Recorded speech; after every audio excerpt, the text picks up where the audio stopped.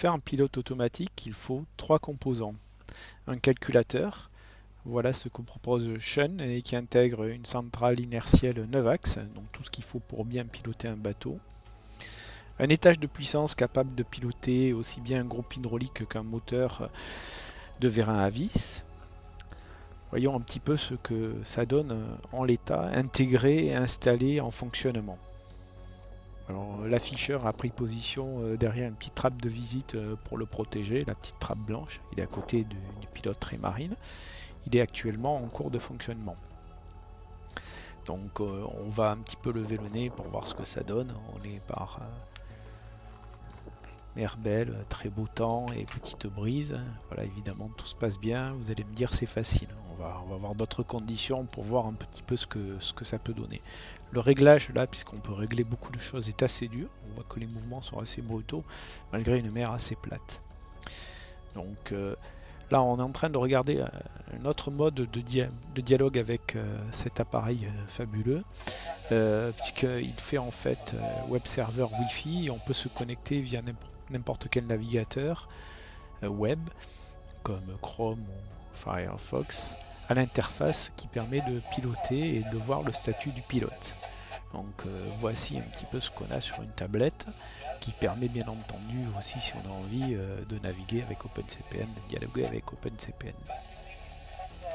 Donc c'est le deuxième moyen d'avoir un dialogue et un échange avec l'unité de commande, le contrôleur de ce calculateur. Alors on va essayer d'avoir un petit peu des conditions un peu plus réalistes. Voilà un beau temps avec une bonne brise. Donc on voit que le bateau reste très stable. Il y a des corrections assez importantes, mais qui sont douces et qui, au demeurant, on va le voir tout à l'heure, ne consomment que très peu d'énergie. Un bateau très stable, assez fluide, des mouvements agréables. On va aller voir un petit peu ce qui se passe à la table à cartes. On va descendre pour voir l'interface que l'on a au niveau d'OpenCPN, qui est raccordé au pilote en Wi-Fi actuellement. Et donc on va aller observer l'écran de contrôle et les différents éléments qu'on trouve dessus.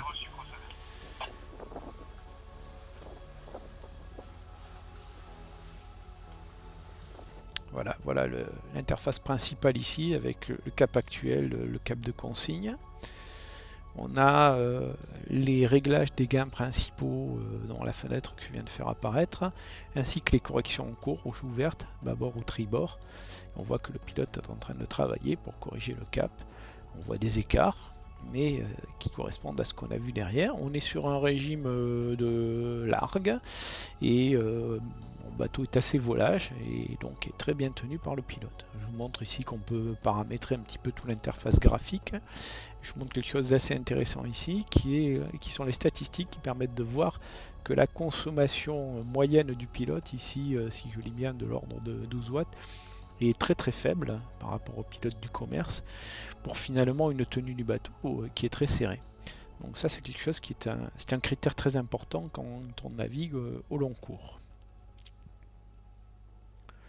Alors allons voir un petit peu sous le pont ce qui se passe. Voilà, bon, la mécanique, évidemment le troisième élément je ne vous avais pas présenté parce que je l'ai déjà présenté dans d'autres vidéos. C'est une mécanique que j'ai créée qui est sous le pont et qui commande des drosses. Finalement une drosse à chaîne pour la partie que j'ai choisi de développer. Alors allons-y pour ressortir dans des conditions encore un peu plus musclées, pas terribles, mais un temps avec grain. On voit qu'on a pris un riz et qu'on a réduit un petit peu du génois. Donc ça pousse un petit peu plus. Et alors là pour l'instant on regarde devant, on voit la stabilité de route, on est toujours sous pilote évidemment. On va aller voir un petit peu ce qui se passe derrière.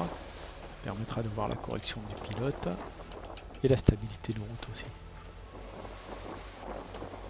Alors je trouve que les performances sont vraiment étonnantes et pour une simplicité très très grande et de mise en œuvre d'exploitation. La seule chose que je viens de modifier qu'on ne voit pas dans la vidéo, c'est de rajouter un panneau de commande avec un petit clavier à membrane au voisinage de l'afficheur pour pouvoir faire les plus 1, moins 1, plus 10, moins 10 et stand-by auto comme un vrai pilote. Ce qui rend les choses plus agréables que de sortir la tablette pour corriger un petit peu le cap ou de passer tout simplement en manuel pour reprendre la main. Donc voilà, on voit qu'on avance quand même correctement. Bateau un petit peu volage, hein, étroit de l'arrière sur ces allures là. Bon, mais on voit que le pilote fait parfaitement son travail sans brutalité, en tenant la route de façon irréprochable, mieux qu'on ne pourrait le faire. Voilà, je suis vraiment convaincu sur ce produit.